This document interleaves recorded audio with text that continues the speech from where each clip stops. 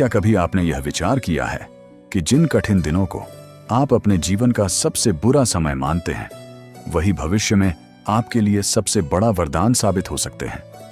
जिन रातों में आपने अकेले बैठकर अपने मन का बोझ आंसुओं में बहाया, जिन क्षणों में सब कुछ समाप्त होता हुआ महसूस हुआ, संभव है वहीं से प्रभु की विशेष कृपा ने आपके जीवन में प्रवेश किया हो। सुनने में यह बात असंभव लग सकती है, क्योंकि जब मनुष्य पीड़ा से गुजरता है तो उसे केवल अपना बिखरना दिखाई देता है, जबकि परमात्मा उसी बिखराव के भीतर एक नए भविष्य की नींव रख रहे होते हैं। जब अपने साथ छोड़ देते हैं, अथक प्रयासों के बाद भी मनचाहा फल नहीं मिलता और चारों ओर निराशा का अंधेरा छा जाता है, तब मन व्याकुल होकर पूछता है, हे प्रभु, आखिर यह सब मेरे साथ ही क्यों हो रहा है?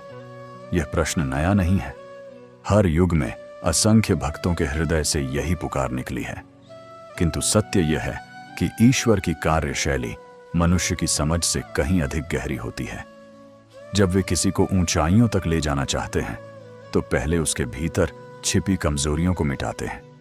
जब भगवान किसी पर अपनी असाधारण कृपा बरसाने का संकल्प लेते हैं, तब उससे पहले उसके धैर्य, उसके विश्वास और उसके चरित्र को अनेक परीक्षाओं से गुजारते हैं।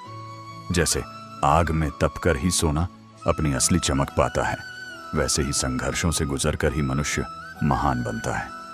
बिना तपे मिला वैभव अधिक समय तक टिक नहीं पाता।